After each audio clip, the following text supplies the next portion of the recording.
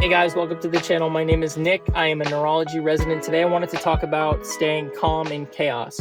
So whenever you start residency, you start med school, you realize like there's a ton of stuff going on in the hospital, right? When I was an intern just starting, there's rapid responses being called. I'm doing CPR on patients. I have patients decompensating, and it's pretty chaotic, right? There's a lot of things happening, a lot of really sick people, and a lot of people that need you at once. Over the course of my residency, I have learned that it is very true that when you stay calm in crazy, hectic situations, you are definitely able to think clearly and more able to do the proper management and not allow your emotions to take over.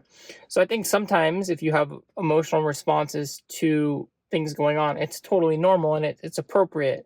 I think that allows you to like sense urgency and when you need to get other people involved in the case or do things quickly.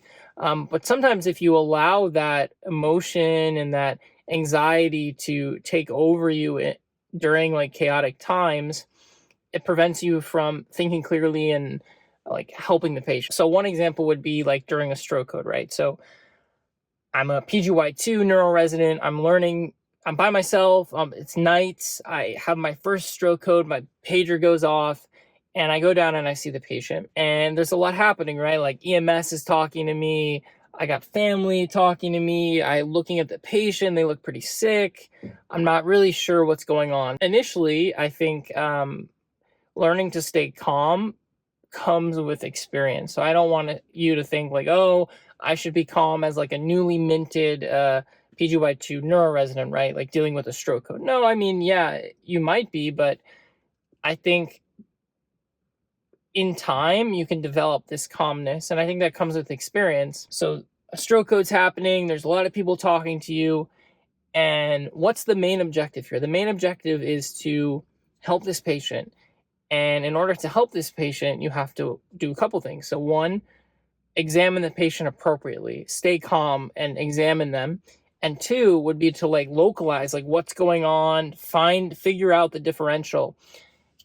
Trying to think of a differential when you are like in a million other places, I think makes it really difficult to find the right diagnosis. One tip that I've learned about like staying calm, and I talked about this in regards to like attendings and like how to stay calm among like an attending that might be like scary to you or things like that, is I think if you really focus on the patient and focus on helping the patient, it's much easier to stay calm. Many times we feel like this like anxiety, concern, fear when we're like focused on ourselves. We're focused on like, am I messing up? Am I thinking of the wrong thing? What would happen if I pick the wrong diagnosis? So when we start to like look in a ton, then we're not gonna be calm. But if we realize that my emotions and like how I'm being could affect this patient's outcome, then it's easier to maybe shift to a more like a calm approach, because we know that, okay, all I care about is like this patient's outcome in this moment. So I'm going to focus on them, not on myself. And I promise you that would be very helpful.